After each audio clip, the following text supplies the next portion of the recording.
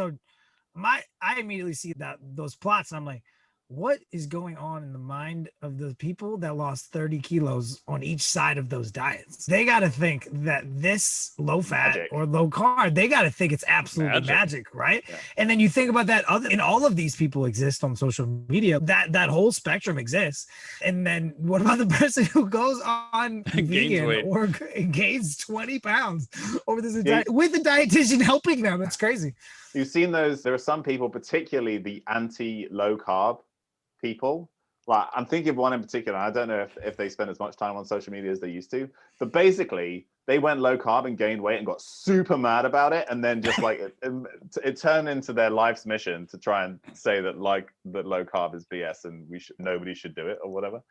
And that's probably why they were that one person who went low carb, gained weight, and were like, I just don't know what's going on anymore. And they got super mad about it. And that essentially crafted their entire social media persona. And so this is another problem with people looking at bar graphs, right? Is that you're looking at means. And I think a lot of people who are, maybe we would call them science adjacent, they don't really understand what a mean means. And that's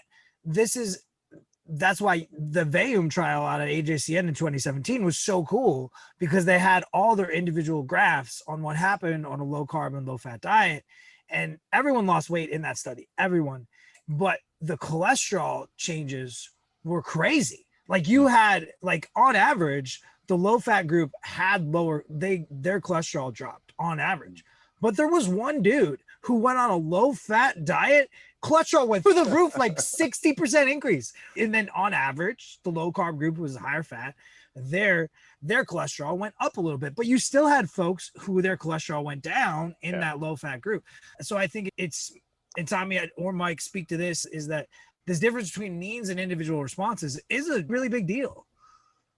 Yeah, that's where I think we get into trouble when we then say that something like the meta-analysis is the gold standard, right? Because the meta-analysis looks at something called the SMD, the standardized mean difference, which is basically all it's looking for is over all of these studies, like weighted in different ways, like different populations, whatever, what's the average mean difference between the two groups? And so, yeah, you can say low carb diet makes your LDL cholesterol go up on average a small amount. But within all of those studies, you had some people where it went up a huge amount, right? Probably giving your cardiologist a heart attack.